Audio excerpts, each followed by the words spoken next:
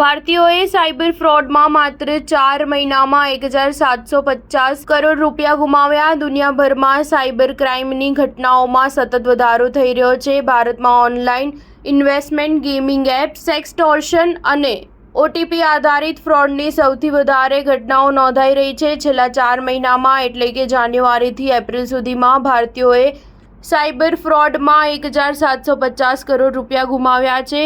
Indian cyber crime coordination સેન્ટરના report અનુસાર ભારતમાં સાયબર ક્રાઇમની દરરોજ 7000 ફરિયાદો national cyber crime reporting portal પર નોંધાઈ રહી છે। 4 મહિનામાં 7.40 લાખ ફરિયાદો નોંધાઈ છે।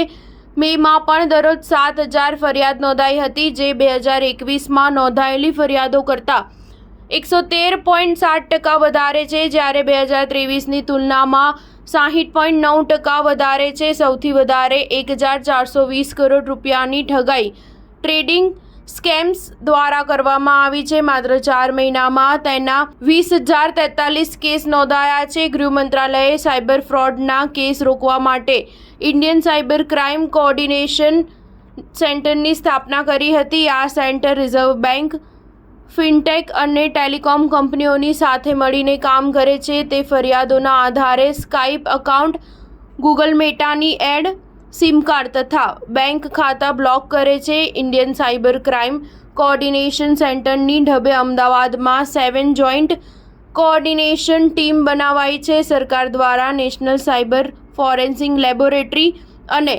સાયબર ક્રાઇમ રિપોર્ટિંગ પોર્ટલ બનાવાયું છે। દેશમાં અત્યાર સુધી 3.2 લાખ સિમ કાર્ડ અને 49,000 IMEI નંબર પોલીસ દ્વારા બ્લોક કરાયા છે। આ પગલાઓ છતાં પણ ઠગાવાઈ કેસ અટકતા નથી। સ્ટાર ન્યૂઝ 7 હંમેશા સચ્ચાઈની સાથે।